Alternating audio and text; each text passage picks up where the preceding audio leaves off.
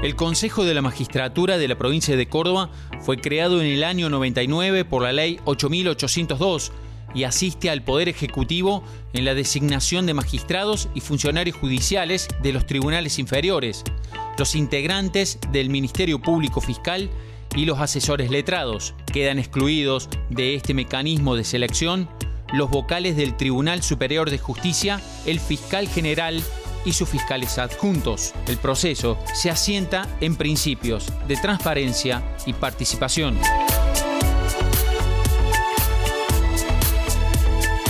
La justicia de Córdoba desde hace poco más de 20 años cuenta con un Consejo de la Magistratura generado por ley. Quienes aspiren a concursar con nosotros tienen que ver los requisitos que la Constitución provincial establece: ciudadanía en ejercicio, al menos 25 años de edad, y la antigüedad en la obtención en el título de abogado, que es requisito también, y conforme al cargo son distintas las antigüedades. Para asesor letrado, que es el cargo básico, digamos, son 4 años, para juez o fiscal son 6 años, y para vocal de cámara o fiscal de cámara 8 años. Son concursos públicos de antecedentes y oposición en los cuales pueden participar abogados litigantes y también gente que esté desempeñándose dentro del Poder Judicial.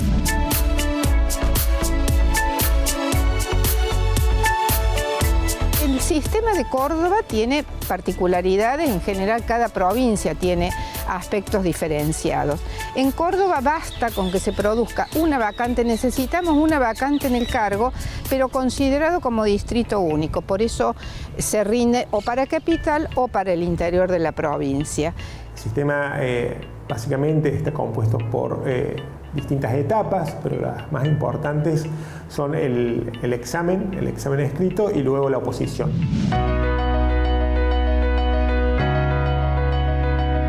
Si están dentro de los parámetros que establece la Constitución y se han presentado todos los requisitos de admisibilidad, todos los certificados que se piden, una vez que son admitidos pasan a la prueba escrita. Eso se rinde con un caso real que aportan los consejeros en sobre cerrado. Una primera etapa que es la prueba escrita, en la cual interviene para la calificación una sala integrada por un representante de los magistrados, un representante de los abogados y otro de la universidad. Los casos que se buscan son aproximadamente entre 14 y 20. Posteriormente se procede a un sorteo con participación de los concursantes al fin de designar cuál es el caso que va a salir. Cuando se hace el primer sorteo del caso, nos corresponde al tribunal analizar si ese expediente está dentro del temario por el cual fueron convocados para rendir.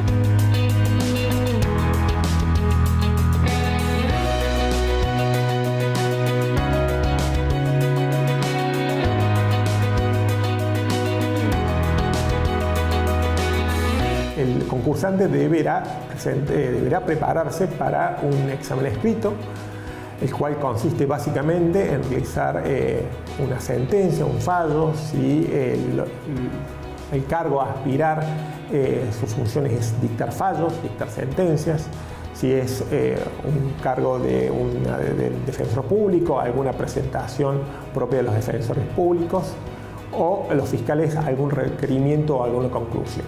Entonces, deberá el concursante prepararse para ello, prepararse para realizar en 6 horas un escrito que tenga autonomía y que sea completo. Debe ser una pieza decisoria o una pieza requirente o un escrito defensivo que sea completo. Lo que es sumamente importante es que es anónima la prueba. Durante esas 6 horas que se trabaja con computadora, no pueden identificar el examen y no solo eso, identificarlo con su nombre o con una firma, ni siquiera lo pueden identificar con un tamaño de letra distinto o distinto espacio o negrita, porque cuando se imprimen los exámenes se los formatea para que queden todos iguales. Se identifican con un código de barras, que es un algoritmo que hacen los técnicos y se pegan a los exámenes al pendrive que también entregan con el caso. y los concursantes solo se retiran con un código de barra. El único que tiene su nombre es el que ellos se llevan.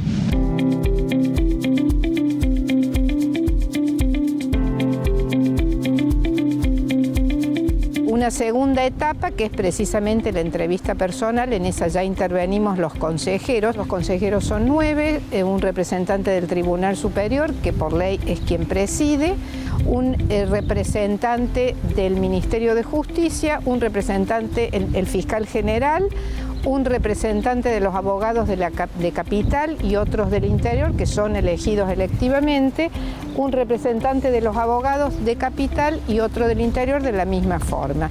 Y finalmente un representante de la Academia de Derechos y de la Legislatura Provincial. Es una entrevista mucho más amplia que una entrevista eminentemente técnica, que esa es la característica de la prueba escrita. La entrevista personal es una entrevista que abarca otros aspectos, es una verdadera entrevista de perfil, donde se analizan otros componentes, no solo los conocimientos técnicos. Por ejemplo, por citarles alguno que a mí siempre me resulta muy importante, que es el compromiso democrático del postulante, y se califican también por parte de los consejeros los antecedentes académicos de ese postulante. Una vez concluida esta etapa, se califica la entrevista y los antecedentes, y en un acto público se da a conocer a los postulantes, que están todos conectados, la nota de la entrevista, la nota que se les ha otorgado por antecedentes, y en ese momento recién se decodifican las notas de los escritos. Es decir, que recién en ese momento nos encontramos con las 3 calificaciones. El Consejo hace la sumatoria y obtiene el orden de mérito, que se da a conocer a quienes han intervenido. Es un orden de mérito que tiene una vigencia diferenciada conforme al puntaje. Quienes obtuvieron entre 70 y 80 puntos tienen un orden de vigencia 80, 90, 2 años, y de 90 a 100, 3 años, con la posibilidad de que o el Ministerio Público, la Fiscalía General, si es un cargo del Ministerio Público, o el Tribunal Superior, si es un cargo de la jurisdicción, puedan requerir la prórroga por el tiempo de vigencia de ese orden de mérito. Es un orden de mérito de stock también, no es para un caso único y exclusivo, sino que sirve mientras dure la vigencia entre posibles vacantes que se produzcan, inclusive con posterioridad al momento en que rindieron.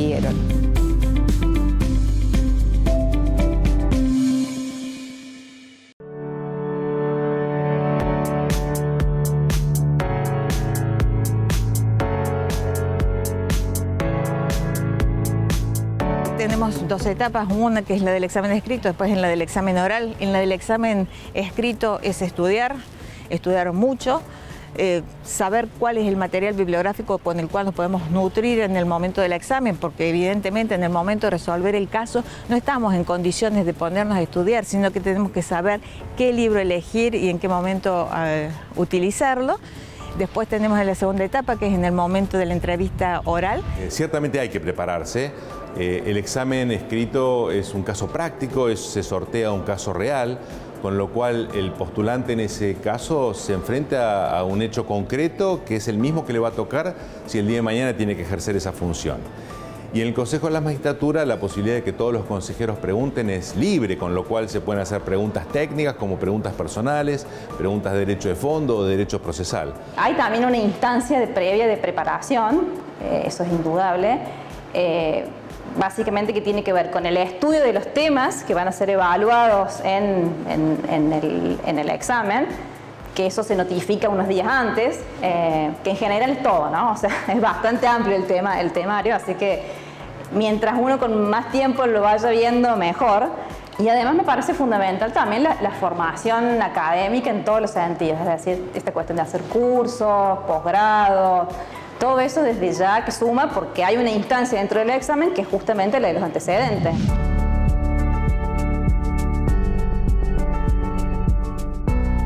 Soy funcionario del Consejo desde su creación de hace 20 años y lo vengo viendo hace mucho tiempo, que para ciertas materias se da que participan en un altísimo porcentaje los del Poder Judicial, y eso es materia penal. en concursos para fiscales, para jueces de control, para asesor letrado penal, suelen ser más del 90% de gente que está desempeñándose en el Poder Judicial y pocos abogados litigantes. En cambio, en otros fueros, como ser el fuero laboral, hay bastante paridad entre abogados litigantes y gente de adentro. Y también en el fuero civil.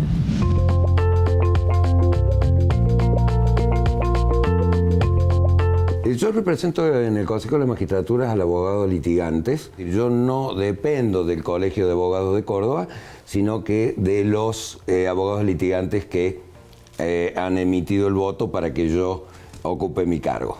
Es claro que nosotros no somos auxiliares de la justicia, que nosotros somos parte porque no hay sentencia sin nuestra firma. Esto es lo que nosotros queremos mostrar y que de alguna manera en el Consejo se ha podido observar en función de la cantidad de abogados litigantes que han comenzado a entrar a los cargos que se estaban concursando. Nosotros sabemos que, por ejemplo, cuando tomamos juez de primera instancia con competencia en concursos y sociedades, es una materia muy específica, que yo ya cuando hacemos la convocatoria sé que a lo mejor vienen 40 personas. Y sin embargo llamamos, por ejemplo, asesor letrado civil y se inscribieron 200. Entonces, eso hace que cambie totalmente el panorama. Yo siempre me dediqué al derecho civil, así que en el año 2016 se abrió el concurso para el cargo de juez civil en Capital y bueno, decidí inscribirme. Obviamente que bueno, esto implica un gran desafío, ¿no? Y a la vez también enfrentar ciertos prejuicios, como por ejemplo, esta cuestión de si uno está realmente preparado, si es joven, a veces si es mujer o no, o está también instalada esta idea de que estos cargos jerárquicos son para la gente que está dentro del Poder Judicial, pero luego se empezó a abrir como esta tendencia en donde gente que viene de la calle, de los abogados de la matrícula, empezaron a rendir y obtienen también buenos resultados.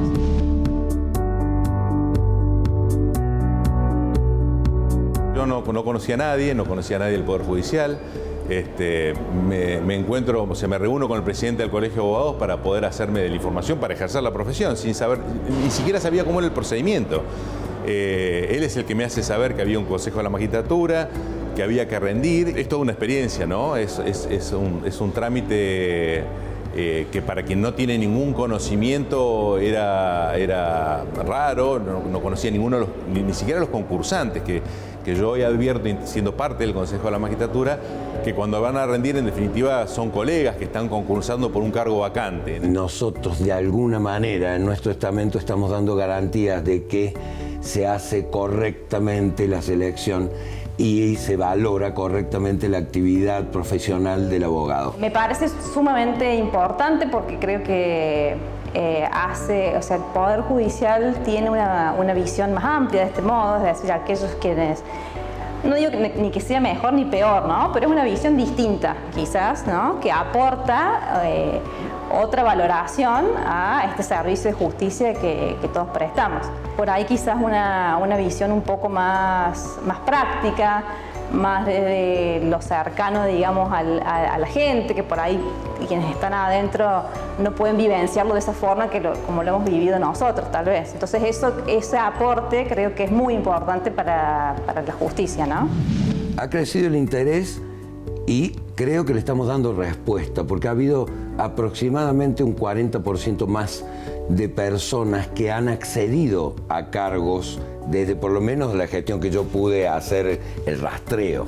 El interés de alguna manera ha sido contemplado por el Consejo porque todos saben que es absolutamente indispensable dar esa nueva mirada de aquel abogado que está entendiendo el ejercicio del derecho desde otro lugar. Esta participación del abogado litigante es absolutamente indispensable para dar una nueva visión a la actividad judicial.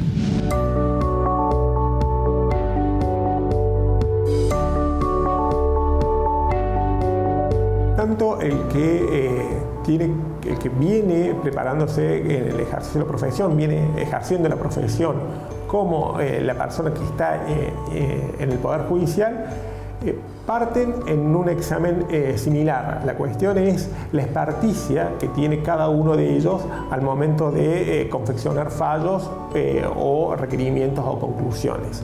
Seguramente en esa experticia las personas del Poder Judicial lo vienen realizando de tal manera que el abogado que va a incorporarse a la carrera judicial o pretende incorporarse a la carrera judicial debe sumar esa experiencia o tomar o prepararse justamente para estos escritos que quizás no sean de su trabajo diario.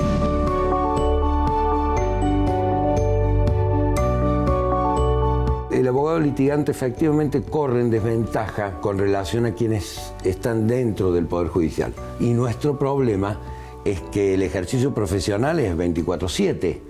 No tenemos tiempo muchas veces, o está la presión, la necesidad del ejercicio profesional que no nos da lugar a ese perfeccionamiento que se ve a través de distintas reconocimientos académicos. Esa desventaja yo creo que se puede de alguna manera modificar a través de una muestra más clara, más concisa de cuál ha sido la participación de los distintos abogados en distintas causas judiciales. Quienes están dentro del Poder Judicial y sobre todo quienes han sido relatores, por ejemplo, que es una función específica dentro del Poder Judicial, sin duda corren con alguna ventaja porque ellos ya están haciendo fallos, que es lo que en definitiva se va a evaluar en el concurso. Quienes venimos de afuera o incluso quienes están en el Poder Judicial pero no han ocupado ese lugar, bueno, no tenemos esa ventaja, pero bueno, esas son destrezas que se van adquiriendo, digamos. En mi caso personal, mi manera de estudiar, por ejemplo, fue no tanto de leer libros y demás, sino de leer sentencias. Me parece que lo más importante es que tenga la tranquilidad de saber que es un procedimiento absolutamente transparente y que si están dados los requisitos constitucionales, todos tienen las mismas posibilidades y las mismas oportunidades. Que los exámenes se corrigen en forma absolutamente anónima, con lo cual quienes corregimos, yo integro la sala penal del Consejo de la Magistratura, no sabemos a quién corresponde cada uno de los exámenes. Yo tenía expectativa, tenía muchas ganas de rendir, la verdad que realmente sentía que tenía vocación. Pero bueno, lógicamente tenía algunos temores, como al no saber cómo, más allá de lo que te pueden comentar algunos concursantes o otras personas que ya han transitado el proceso. Y después de haberlo transitado, bueno, sin duda que te puedo decir que estoy primero muy contenta por haberme animado y creo que valió la pena.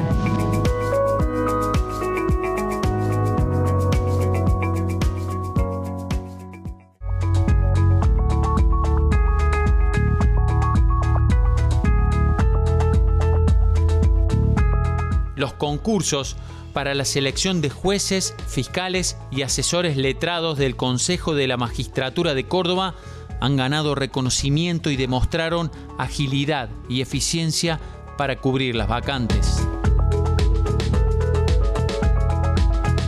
El sistema de selección de magistrados en la provincia de Córdoba es un sistema bastante beneficioso y bastante superador de lo que existen en otras provincias. Sin que esto implique desmedro con otras circunscripciones, otras jurisdicciones del país, me parece que la provincia de Córdoba puede estar enorgullecerse del sistema que tiene de selección de funcionarios y magistrados. Un procedimiento absolutamente transparente que garantiza la idoneidad de aquellos que finalmente acceden a los cargos.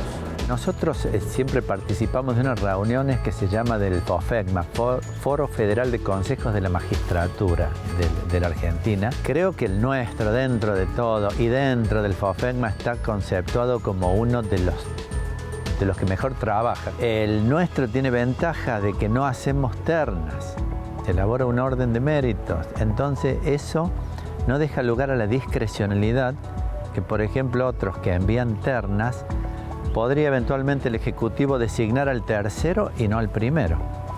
Siendo nuestro sistema que se respeta estrictamente, va por orden. Otra particularidad de Córdoba es que desde que se inicia el Consejo de la Magistratura, los sucesivos gobernadores por decreto se han obligado a respetar estrictamente el orden de mérito. Es decir, Córdoba no presenta ternas, sino que el Poder Ejecutivo dispone o envía el pliego de la persona estrictamente en el orden en que ha resultado esa merituación que ha hecho el Consejo. Lo que también tenemos en Córdoba es la denominada ley de reemplazantes. Anualmente el Consejo convoca a una inscripción de reemplazantes donde se van a poder anotar todos aquellos que hayan obtenido o estén integrando un orden de mérito. Producida la necesidad, no hay un orden de mérito para titulares, el Consejo designa reemplazantes por lo que se denomina afinidad, es decir, alguien que integre un orden de mérito que no será el del cargo efectivo, pero sí que tenga alguna afinidad en cuanto a la materia o a la competencia.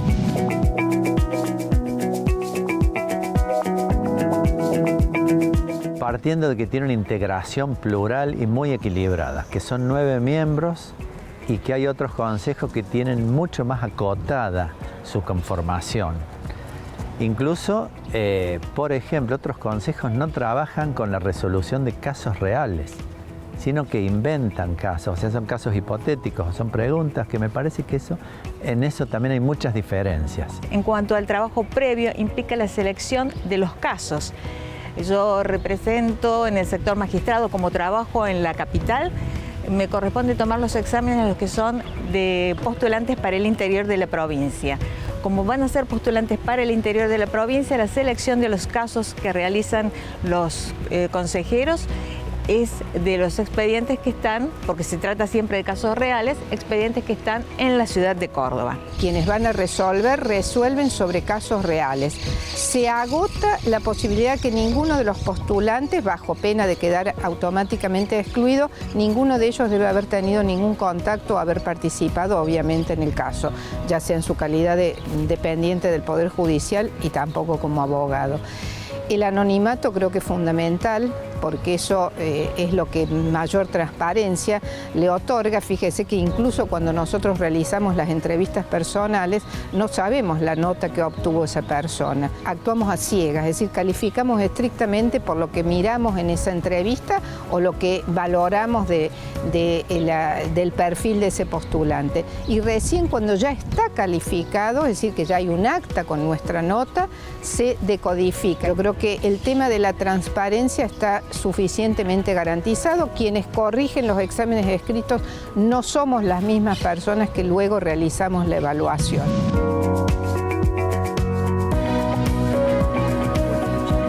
Siempre me pareció un buen sistema. Se promueve mucho el anonimato en el momento en que las personas están escribiendo, por supuesto que no hacen referencia a ningún dato personal, sino quedan automáticamente excluidas.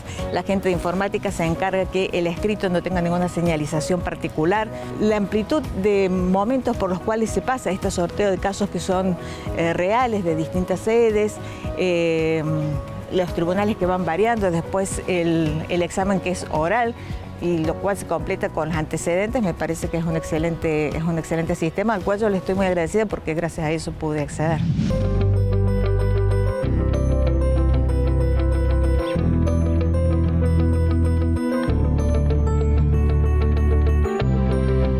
Yo estoy muy orgulloso de formar parte de este consejo. Nuestra Constitución no establece que debe hacerse de esta manera, solo pide idoneidad e igualdad de oportunidades. No dice más nada. El avance es importante porque tenemos esa ley. Podría elegirlo el Poder Ejecutivo con esos dos criterios. La ley tiene para mejorar, pero lo que más me preocupa a mí es que el abogado litigante debiera estar de alguna manera constitucionalizado. ¿Para qué? Para que no seamos auxiliares de la justicia.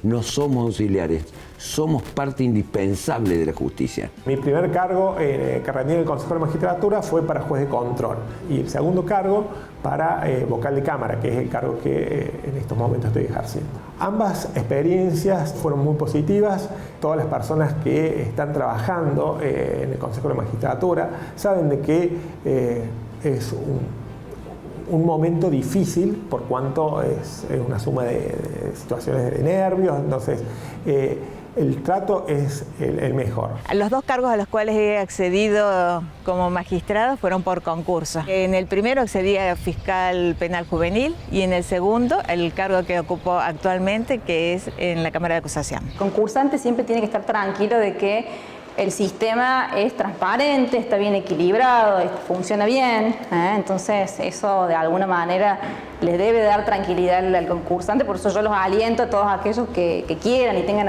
vocación a que realmente se presenten.